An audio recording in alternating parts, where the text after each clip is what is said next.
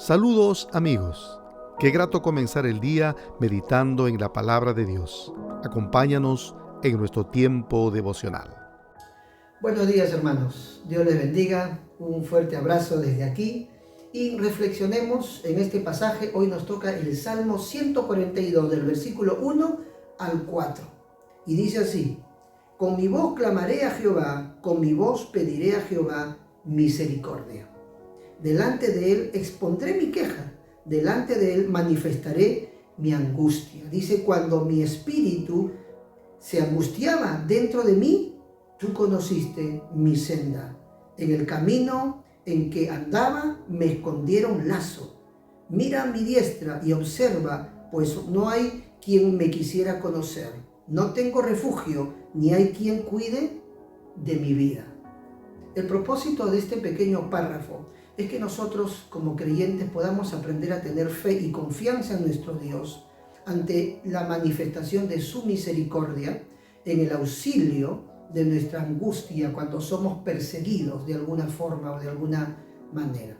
Este pasaje es muy interesante porque David nos habla, nos muestra una oración, un clamor que él estaba teniendo en estos momentos. Recordemos, según 1 Samuel capítulo 22, versículo 1, David estaba escondido en una cueva. Estaba en una situación de persecución, que lo seguían, que lo injuriaban, que lo calumniaban. Recuerde que Saúl, el rey, y sus séquitos, sus siervos, estaban en constante amenazas hacia David, con calumnia. ¿Cuál es el propósito, le pregunta usted, de una calumnia?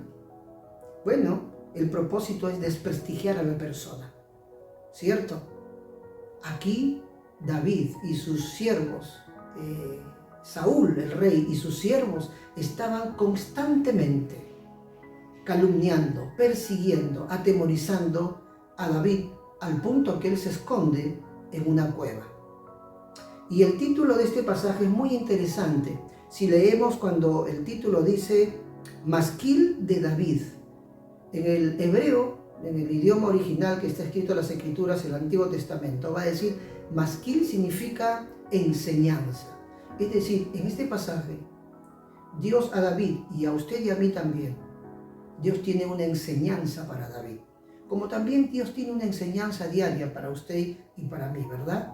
A través de las crisis, de las situaciones difíciles, como sentirnos en una cueva, en estrés, en depresión, en persecución, en aflicción, en crisis. Y Dios nos quiere dar una enseñanza, como se la dio a David aquí en estos tiempos. Dice el versículo 1, 2 y 3, va a decir, con mi voz clamaré a Jehová, con mi voz pediré a Jehová misericordia. David conocía a Dios. David era un hombre que se aferraba a Dios, porque en medio de su crisis de persecución y de maldad que le hacían a él de parte del rey Saúl, ¿quién no va a tener temor o miedo?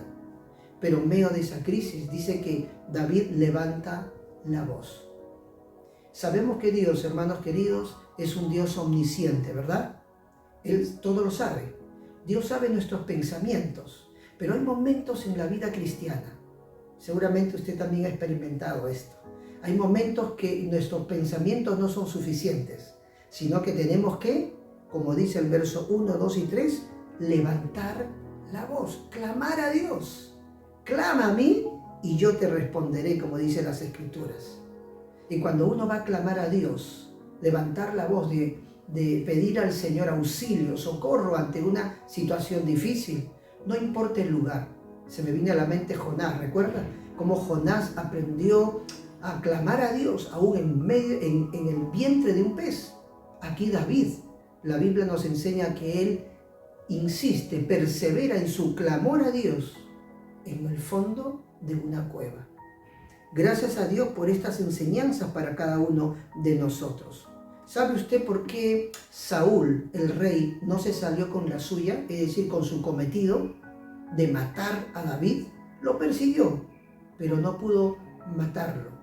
¿Sabe por qué no logró su cometido? Porque David era un hombre que constantemente estaba en la presencia de Dios.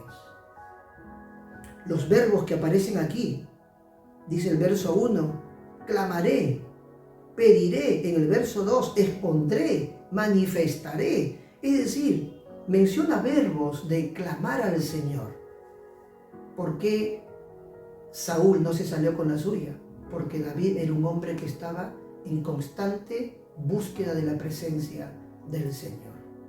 Gracias a Dios, porque la comunión constante de David, su búsqueda de Dios, su clamor a Él, su petición al cielo, hacía que Él pueda enfocarse en el Señor y no perder la brújula en su vida, sino confiar en el Señor aún en momentos difíciles. Santiago, capítulo 5, verso 13, va a decir: ¿está alguno entre vosotros afligido? No dice busque al psicólogo, con todo el debido respeto. Dice el texto: ¿está alguno entre vosotros afligido? Haga oración. Hermano querido, busquemos al Señor, hagamos oración, clamemos a Dios en todo momento difícil. Levantemos la voz al Señor. Clamemos y confiemos en Dios en momentos de angustia. Gracias a Dios por esta corta meditación y terminamos con 3 pedidos de oración, ¿cierto? 3 pedidos de oración. 1, oremos para que podamos confiar en Dios en tiempos difíciles. Número 2, oremos por el consuelo de Dios ante tantas familias que están pasando tiempos de duelo por la pérdida de un ser querido. Y número 3, oremos por las personas que aún no conocen a Jesús como su Señor y Salvador. Dios nos bendiga en esta mañana.